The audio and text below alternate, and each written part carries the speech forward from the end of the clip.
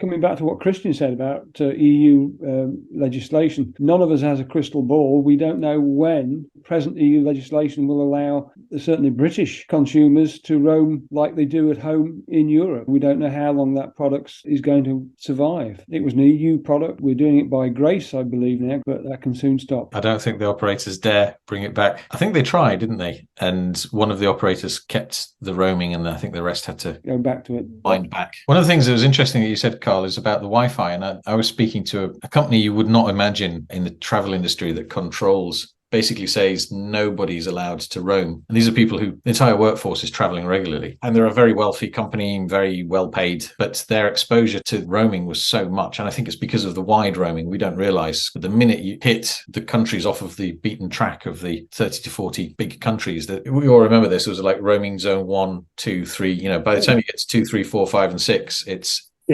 ouch very quickly. And they were saying that you needed to get your line manager to sign off that you're working on a deal that is time sensitive in order to get roaming turned on, because they say you've got Wi-Fi, etc. He said, but you don't. And that's why they say, because if it's time sensitive, because you have Wi-Fi in the airport, but half the time you don't trust it, or it's maxed out, or doesn't work, too slow, or it's asked you for too many details that you think, really? And the same with the hotel. I mean, you enter your Wi-Fi hotel details in your room, and then you go down to the lobby and it's come off of Wi-Fi. So then you enter it again, and then you get a call. So you've got to go outside because you're in different time zones, and it's happy hour in America, but you don't want your clients in Europe hearing you in a bar at their 9 o'clock in the morning. And guess what? You don't have Wi-Fi. And it's just not as pervasive. I think where you live, you know how pervasive it is because you know where everything is, etc. But when you're traveling, finding ubiquitous Wi-Fi, it's not as widely available as finance directors think, just like flying economy is not as comfortable as finance directors think